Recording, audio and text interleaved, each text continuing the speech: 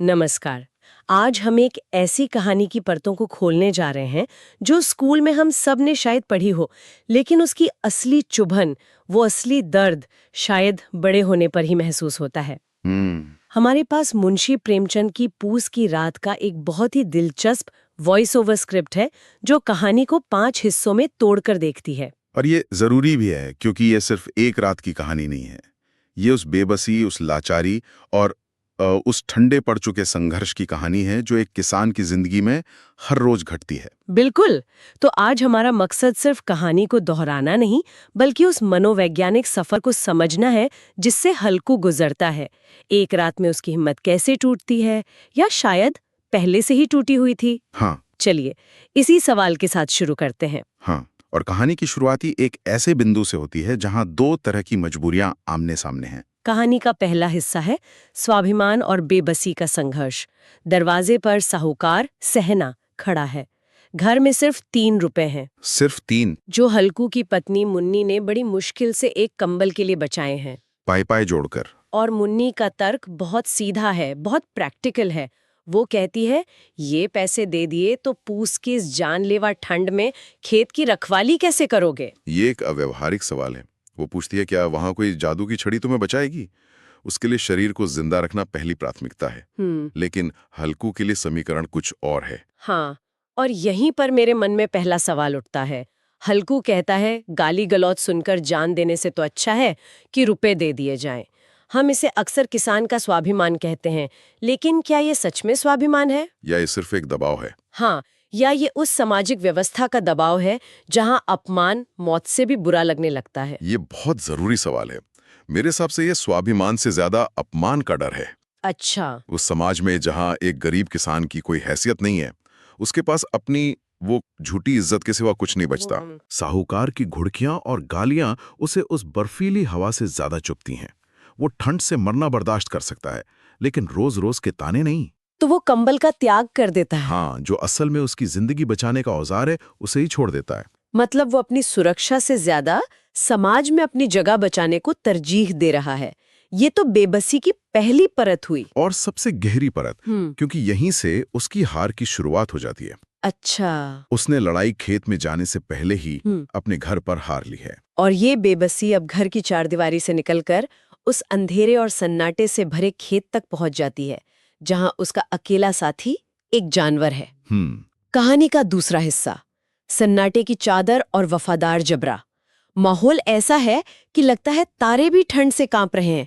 हल्कू के पास बस एक फटी पुरानी चादर है, और उसका कुत्ता जबरा, जो सिर्फ एक जानवर नहीं है बल्कि उस रात में हल्कू का एकमात्र हमदर्द है। यहाँ जो एक पल आता है वो मुझे हमेशा सोचने पर मजबूर करता है। हल्कू अपने कुत्ते से बात करता है, क्यों जबरा, हार मान ली? हम जैसे गरीबों के नसीब में चैन की नींद कहाँ लिखी है दोस्त? ये जो इंसान और जानवर के बीच का संवाद है, ये बहुत कुछ कहता है। क्या प्रेमचंद ये इशारा कर रहे हैं कि गरीबी के इस हालत में इंसानियत इतनी कम हो जाती है कि एक जानवर का साथ इंसानों से ज्यादा भरोसेमंद लगने लगता है? ये एक बहुत ही दिलचस्प नुक्ता है। देखिए, उस भयानक अकेलेपन में जबरा हल्कू को जज नहीं कर रहा। सही बात है। वो उसकी गरीबी को समझता है, या यूं कहें कि वो बस उसके साथ उस दुख को बिना किसी शर्त के जी रहा है। इंसान और इंसान के रिश्ते में फिर भी उम्मीदें, शिकायतें और शर्तें होती हैं। साहूकार पैसे के लिए आया, मुन्नी ने अपनी मजबूरी बताई, लेकिन जबरा सिर्फ साथ है। वो सिर्फ साथ है। वो गर्मी देने के लिए हल्कू की गोद में चढ़ जाता है और हल्कू उसे अपनी चादर में लपेट लेता है। ये साझा दुख का रिश्ता है। तो ये रिश्ता बराबरी का है। दोनों ही ठंड और बेबसी के मारे हुए हैं और एक दूसरे में सहारा ढूंढ रहे हैं। बिल्कुल। ये दिखाता है कि जब सारी सामाजिक व्यवस्थाएं आपको अकेला छोड़ देती हैं, तो सबसे बुनियादी और निस्वार्थ रिश्ते ही आपको जिंदा रखते हैं, भले ही वो एक जानवर के साथ ही क्यों ना हो। लेकिन वो ठंड बढ़ती जाती है। एक पॉइंट पे लगता है कि हल्कू का खून ही जम जाएगा। हाँ। और यहीं से कहानी तीसरे हिस्से में दाखिल होती है, चिलम का धुआं और हारती हिम्मत। जब ठंड बर्दाश्त से बाहर हो जाती है तो हल्कू एक उपाय सोचता है। हाँ, वो पास के आम के बाग से सूखी पत्तियां बटोरता है और अलाव जलाता है। और जैसे ही आग की लपटें उठती हैं, हल्कू का पूरा बर्ताव बदल जाता है। एकदम। उसके मुरझाए चेहरे पर चमक आ जाती है। वो अहंकार से कहता है, कहाँ है ठंड, अब आए तो देखूं। हाँ। कुछ पलों के लिए उसे लगता है कि उसने ठंड पर फतह पा ली है। यहाँ आग सिर्फ गर्मी नहीं है, ये एक नशा है। ये शक्ति का एक झूठा एहसास है। अच्छा। है कि उसने प्रकृति की सबसे क्रूर ताकत को हरा दिया है। वो आग उसे एक ऐसी आरामदायक चादर में लपेट लेती है जहां उसे अपनी गरीबी, अपनी भूख, अपनी जिम्मेदारी सब कुछ भूल जाता है। मतलब ये एक तरह का खतरनाक आराम है। बिल्कुल। वो थोड़ी देर के लिए भूल जाता है कि असली लड़ाई ठंड से नहीं, बल्कि उस फसल को बचाने की है जो नीलगायों से खतरे में है। सही पकड़ा। ये बहुत ही मानवीय मनोविज्ञान है। जब हम किसी बड़ी मुश्किल से जूझ रहे होते हैं तो एक छोटी सी राहत भी हमें बहुत बड़ी जीत लगती है। हाँ। और अक्सर हम उसी छोटी सी राहत में इतना खो जाते हैं कि बड़ी लड़ाई हाथ से निकल जाती है। हल्कू के साथ भी यही हो रहा है। वो आग उसे सुला रही है, उसे उसकी असल जिम्मेदारी से दूर कर रही है। और फिर वही होता है जिसका डर था। कहानी का चौथा और सबसे अहम हिस्सा, नीलगायों का हमला और आत्मसमर्पण। पत्तों के कुचले जाने की आवाज साफ सुनाई दे रही है। हल्कू सब सुन रहा है। उसे पता है कि उसकी महीनों की मेहनत, उसका भविष्य, सब कुछ बर्बाद हो रहा है। और यही कहानी का सबसे चौंकाने वाला, सबसे दर्दनाक हिस्सा है। वो उठता नहीं है। नहीं उठता। ठंड का एक झोंका उसे वापस उसी गरम राख के पास खींच लेता है। वो बस बैठा रहता है। उसके मन में उस वक्त क्या चल रहा होगा? क्या ये सिर्फ आलस है या ठंड की वजह से शरीर का जम जाना? नहीं, ये आलस बिल्कुल नहीं है। ये कहानी का मनोवैज्ञानिक शिखर है। ये आत्मसमर्पण है। आत्मसमर्पण। हाँ, उसके मन में जो विचार आते हैं वो सब कुछ साफ कर देते हैं।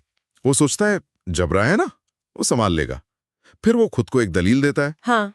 वैसे भी ये फसल क्या मेरी, आधा तो लगान में चला जाएगा। ये वाक्य इस कहानी की आत्मा है। इसका मतलब जिस चीज के लिए वो अपनी जान दांव पर लगाए हुए है, उस पर वो अपना हक ही महसूस नहीं करता। बिल्कुल, ये उस किसान की आत्मा का टूटना है। जब उसे ये एहसास हो जाता है कि मैं जिस चीज को बचाने के लिए मर रहा हूं, उसका फल मुझे तो मिलना ही नहीं है, तो फिर उसे बचाने का संघर्ष भी बेमानी लगने लगता है। तो वो ठंड से नहीं हारा है। वो उस व्यवस्था से हार गया है जो उसकी मेहनत को उससे छीन लेती है। तो क्या हम ये कह सकते हैं कि फसल तो सुबह बर्बाद हुई, लेकिन हल्कू की हिम्मत उसी आग के पास रात में ही दम तोड़ चुकी थी? एकदम सही। असली दुश्मन नीलगाय नहीं, बल्कि नाउमीदी थी। एकदम सही कहा। उसकी वो नींद हार की नींद है। ये उस शोषणकारी व्यवस्था के खिलाफ एक खामोश, निष्क्रिय विद्रोह भी है। विद्रोह? हाँ, कि अगर तुम मेरी मेहनत का फल मुझे नहीं दोगे तो मैं उस मेहनत को बचाने की कोशिश भी नहीं करूंगा, भले ही इसका नतीजा मेरी अपनी बर्बादी क्यों ना हो। उसने हार मान ली इससे पहले कि फसल बर्बाद होती। और इसी हार के साथ सुबह होती है। 5वां और अंतिम अध्याय, राख के ढेर पर एक कड़वी सुबह। मुन्नी खेत पर आती है। वो रो रही है, चिल्ला रही है, उठो, सो रहे हो, देखो सब सत्यानाश हो गया, अब मजदूरी करके ही पेट पालना पड़ेगा। उसका दुख जायज है। हाँ, क्योंकि वो भविष्य की चिंता कर रही है, घर कैसे चलेगा, लगान कैसे भरेंगे। लेकिन हल्कू के चेहरे पर कोई दुख, कोई पछतावा नहीं है। और यही बात हजम करना सबसे मुश्किल है। उसके महीनों की मेहनत बर्बाद हो गई और वो राख के ढेर को देखकर एक अजीब से सुकून के साथ कहता है, चलो कम से कम इस कड़कड़ाती ठंड में रात भर यहाँ जलना तो नहीं पड़ेगा। उसे राहत क्यों महसूस हो रही है? क्योंकि हल्कू के लिए फसल का सत्यानाश एक तरह की आजादी है। आजादी? ये एक बहुत ही कड़वी और विडंबना भरी आजादी है। उसे अब उस खेत की रखवाली नहीं करनी पड़ेगी जो उसे सिर्फ ठंड, कर्ज और बेबसी देती थी। जिम्मेदारी का बोझ इतना भारी हो गया था कि उसे छुटकारा पाना ही उसे जीत लग रहा है, भले ही इस छुटकारे की कीमत बर्बादी हो। मतलब मजदूरी करना उसे खेत के मालिक होने से ज्यादा आसान लग रहा है? हाँ, क्योंकि मजदूरी में कम से कम रात को चैन की नींद तो है। उसे अपनी जान जोखिम में डालकर किसी ऐसी चीज की रखवाली नहीं करनी पड़ेगी जो नाम के लिए तो उसकी है, पर असल में साहूकार और जमींदार की। उसका ये सुकून उस समाज के मुंह पर एक तमाचा है। सही बात है। ये कहता है कि तुम्हारी दी हुई जिम्मेदारी इतनी बड़ी सजा है कि मैं बर्बादी को आजादी मान रहा हूं। पूस की रात तो खत्म हो गई, पर उसकी जिंदगी में गरीबी की काली रात अभी भी बाकी है। तो ये थी हल्कू की कहानी। एक किसान जो अपनी फसल बचाने निकला था, लेकिन अंत में उस फसल के बर्बाद हो जाने पर राहत की सांस लेता है। ये कहानी हमें सिर्फ गरीबी के बारे में नहीं बताती, बल्कि उस मानसिक स्थिति के बारे में बताती है जहां हार जाना ही जीत लगने लगता है। जहां जिम्मेदारी से मुक्ति पाने के लिए आप बर्बादी को गले लगा लेते हैं और ये कहानी हमें आज भी एक बहुत जरूरी सवाल पर लाकर छोड़ देती है। क्या सवाल? जब किसी इंसान को ये पता हो कि उसकी मेहनत का फल उसे कभी पूरी तरह नहीं मिलेगा, तो क्या वो मेहनत करना ही छोड़ देता है? यहाँ गौर करने वाली बात है, हल्कू ने फसल उगाना नहीं छोड़ा था, उसने उसे बचाना छोड़ दिया। हाँ, ये बहुत अहम फर्क है। ये एक बहुत बारीक लेकिन अहम फर्क है। ये सवाल सिर्फ एक किसान का नहीं, बल्कि हर उस व्यक्ति का है जो एक ऐसी व्यवस्था में काम कर रहा है जहां उसे लगता है कि उसकी मेहनत का सही मोल उसे नहीं मिल रहा। उस बिंदु पर आकर इंसान क्या करता है? यही सवाल प्रेमचंद 100 साल पहले पूछ रहे थे और यही सवाल आज भी हमारे सामने खड़ा है।